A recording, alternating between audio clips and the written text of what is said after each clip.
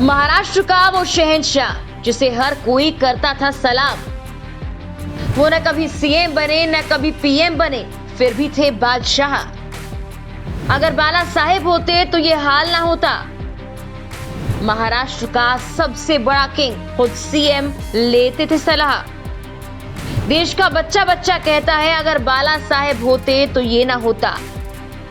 बाला साहेब ठाकरे वाली शिवसेना आखिर कैसी थी?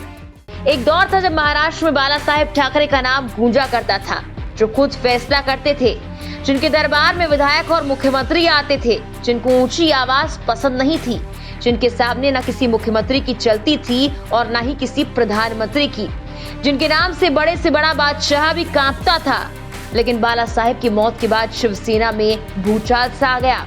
जो शिवसेना हिंदुत्व के लिए लड़ाई लड़ती थी, आज वही शिवसेना हिंदुत्व के नाम पर मौन धारण किए हुए है। जिस शिवसेना ने बाबरी मस्जिद को विध्वंस कर दिया था, आज वही शिवसेना ज्ञानवापी पर शांत है। राजनीतिक शब्दकोश का सबसे मशहूर मुहावरा ये है कि न यहाँ कोई स्थायी दुश्मन होता है न कोई स्थायी दोस्त। हकीकत में ऐसा नजर भी आता है।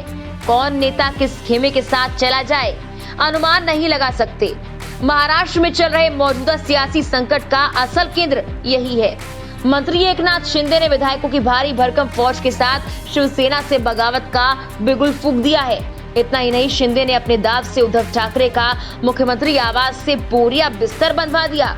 वहीं शिंदे और उनके समर्थकों का यह कहना है कि वो बाला साहेब ठाकरे के अनुयायी शिवसैनिक हैं और अब जो शिवसेना है वो वैसी नहीं रही।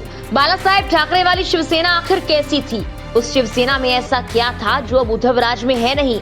उद्धव कहते हैं कि शिवसेना भी बाला साहेब वाली ही शिवसेना है और उन्हीं के विचारों से प्रेरित है, जो हिंदुत्व पर कोई समझौता नहीं करती। अयोध्या में उद्धव के बेटे आदित्य ठाकरे ने कहा था कि हमने 2018 में नारा दिया था कि पहले मंदिर फिर सरकार। इस नारे के बाद ही मंदिर निर्माण का रास्ता साफ हुआ। उद्धव परिवार के इस तरह के प्रयास इस बात की कवायद के तौर पर देखे जाते हैं कि शिवसेना हिंदुत्व के एजेंडे को लेकर बाला साहेब की राह पर है। बाला साहेब जिसे अपने विचार के खिलाफ मानते थे, उसकी आलोचना करते थे। वहीं जब बाला साहेब से कोई सवाल करता था और लोग उनके नाम पर कांपते थे तो उन्हें खुशी होती थी। वो खुले मन से कहते थे कि करप्शन के बिना इलेक्शन नहीं।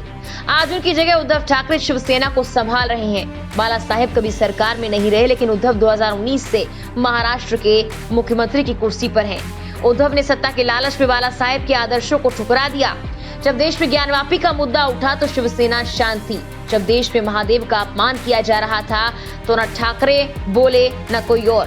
बाला साहेब बाहरी बनाम लोकल के मुद्दे को लगातार उठाते थे। खुले मंच से वो दहाड़ते थे, लेकिन उद्धव ने एक बार भी इस मुद्दे को नहीं उठाया। वहीं पैगंबर पर टिप्पणी विवाद में जब बीजेपी नेता घिरे तो शिवसेना ने इस मुद्दे पर भी भाजपा की आलोचना की।